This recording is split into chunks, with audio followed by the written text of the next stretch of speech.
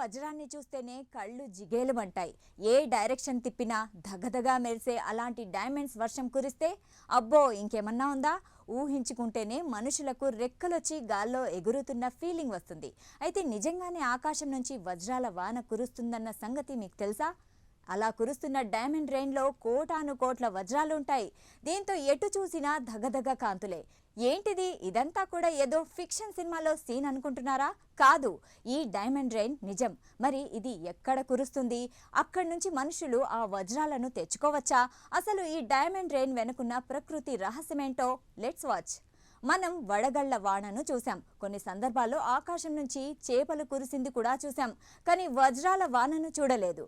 చూసే విషయం పక్కన పెడితే అది ఊహించుకోవడానికి కూడా చాలా ఆశ్చర్యకరంగా ఉంటుంది. ఇక ఈ వజ్రాల వాన మన భూమి మీద పడుతుందనుకుంటే దురాశ అవుతుంది. అయితే ఈ డైమండ్ రెయిన్ గురుగ్రహం, శని, యురేనస్, నెప్ట్యూన్ వంటి గ్రహాల్లో కురిసే అవకాశం ఉందని శాస్త్రవేత్తలు చెబుతున్నారు. ఎందుకంటే గురుడు, శని, యురేనస్, నెప్ట్యూన్ వంటి గ్రహాల ఉపరితల ఆవరణం హైడ్రోజన్, హీలియం, మీథేన్ వంటి వాయువులతో నిండి ఉంటుంది. మీథేన్లో ఉండే కార్బన్ వజ్రానికి మూల పదార్థం. ఈ గ్రహాల్లో పీడనం భూమితో పోలిస్తే లక్షల రెట్లు అధికంగా ఉంటుంది. దీనికి తోడుగా ఈ గ్రహాలపై ఉష్ణోగ్రత 1000 డిగ్రీల్లో ఉంటుంది. అదేవిధంగా ఈ గ్రహాల్లో భారీ స్థాయిలో పిడుగులు పడుతూ ఉంటాయి. పిడుగుల వల్ల మీథేన్ విడిపోతుంది. దీంతో మీథేన్ అణువులు కార్బన్, హైడ్రోజన్లుగా విడిపోతాయి. ఇలా విడుదలైన కార్బన్ మొదట కార్బన్ ధూళిగా మారుతుంది. గురుత్వాకర్షణ శక్తి కారణంగా ఈ కార్బన్ ధూళి గ్రహం లోపలికి చొరబడుతుంది. దీంతో పీడనం, ఉష్ణోగ్రత పెరుగుతాయి. భారీ పీడనం, ఉష్ణోగ్రతల కారణంగా కార్బన్ అణువులు పునః వ్యవస్థీకరణ చెందుతాయి. ఈ క్రమంలోనే డైమండ్ నిర్మాణం ఏర్పడుతుంది. అవి కూడా చిన్న చిన్న వజ్ర కణాలు తయారవుతాయి. ఈ వజ్రాల బరువు కారణంగా అవి వర్షం రూపంలో కిందికి జాలువారుతాయి.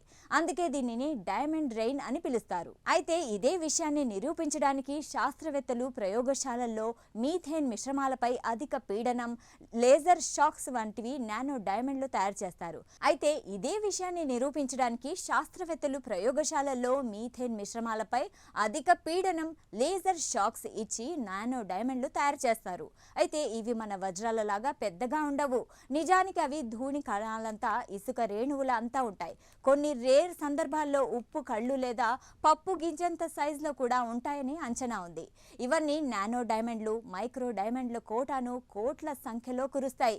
అక్కడి తీవ్ర పీడనాల కారణంగా అవి కిందికి పడుతూ వెంటనే కరిగిపోయే అవకాశం కూడా ఉందని సైంటిస్టులు అంచనా వేస్తున్నారు.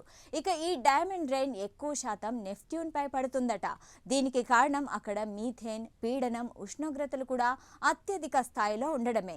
తర్వాతి స్థానాల్లో యురేనస్, శని, గురు గ్రహాలు ఉంటాయని శాస్త్రవేత్తలు చెబుతున్నారు. అయితే మన భూమిపై మీథేన్ వాయువు చాలా తక్కువ. ఇక ఇక్కడ పీడనం కానీ, ఉష్ణోగ్రత కానీ ఈ గ్రహాలపై ఉన్నట్టుగా లేదు. దీంతో మన భూమిపై ఈ డైమండ్ రెయిన్ పడే ఛాన్సే లేదు. మరి నెప్ట్యూన్ పై అధికంగా కురుస్తున్న ఈ డైమండ్ రెయిన్ నుంచి వజ్రాలను మనం తెచ్చుకోవచ్చా అన్న విషయానికొస్తే ఇప్పుడు టెక్నాలజీకి ఇది అసాధ్యమనే చెప్పాలి.